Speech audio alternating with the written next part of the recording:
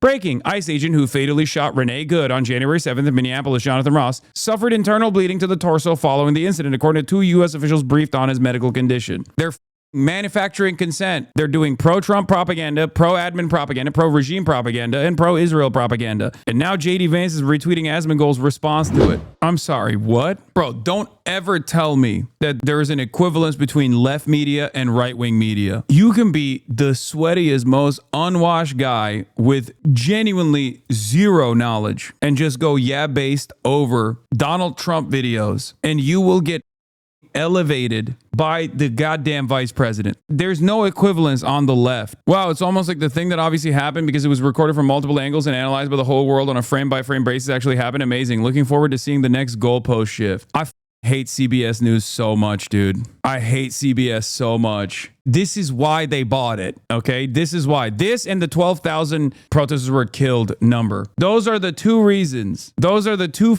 main reasons why CBS was purchased. There is no equivalence. Like, can you imagine Barack Obama retweeting something that I said? None whatsoever. It's just not happening. That's why I always laugh whenever people try to make it seem like this is an even playing field. You can be a straight up grifter, openly admit that you're grifting to the right because they're the dumbest motherfuckers on the planet to grift to, and you'll get hosted at the White House eventually. CBS already lost like a big chunk of their support when they did the whole like CCOT facility thing, when that became the story in and of itself. But you know, that's why I said Barry Weiss and the Ellisons destroyed CBS for Trump and Israel. And yes, their reputation is tanking, their numbers are looking bad, but it doesn't matter. They're still a major aggregator, okay? When they say something, other news broadcasters will cover it as though it's real news. They'll pull the 12,000 number out of their ass by claiming that they got this information from like an outsider or something, or from like espionage, like they stole the information from like internal Iranian correspondents or something. It's bullshit.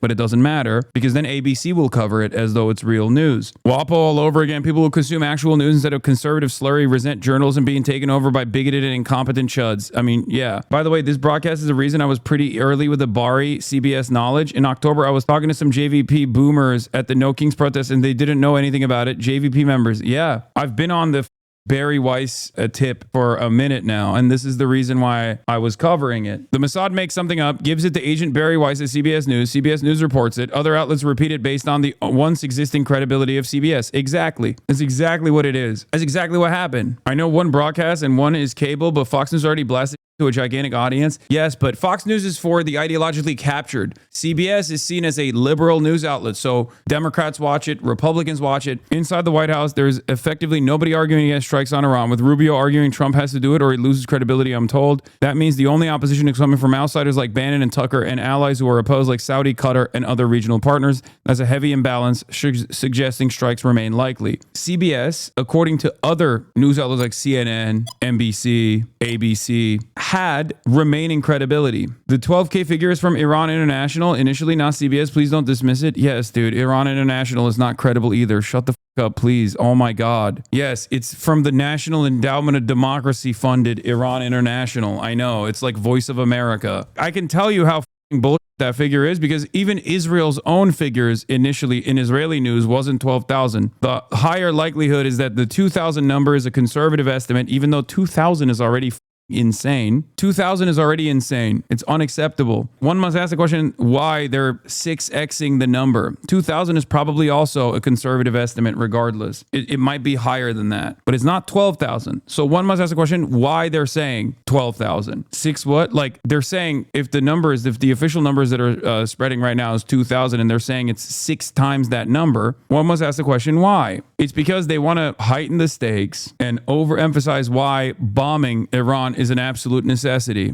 Where do the 12,000 protesters killed in Iran come from? Very credible Iranian human rights organization has put the number between 2,000 and 3,000 killed so far. The only source I've seen for 12,000 is Iran International. Has anyone seen any credible NGO citing 12,000? This doesn't mean that like for 2,000 it's like it's appropriate, but 12,000 is a bridge too far. That's not what I'm saying at all. 2,000 people killed is still completely unacceptable. The reason why they're beefing up the numbers is so that they can justify bombing Iran or do propaganda atrocities Atrocity propaganda. That's the Israel side of things for CBS. And the other side of the story is, these are two sides of the same coin. Breaking: ICE agent who fatally shot Renee Good on January 7th in Minneapolis, Jonathan Ross, suffered internal bleeding to the torso following the incident, according to two U.S. officials briefed on his medical condition. They're manufacturing consent. They're doing pro-Trump propaganda, pro-admin propaganda, pro-regime propaganda, and pro-Israel propaganda. And now JD Vance is retweeting Asmongold's response to it. And for the record, to address the whole like sanctions are killing Iranians thing that I've been saying, because it's the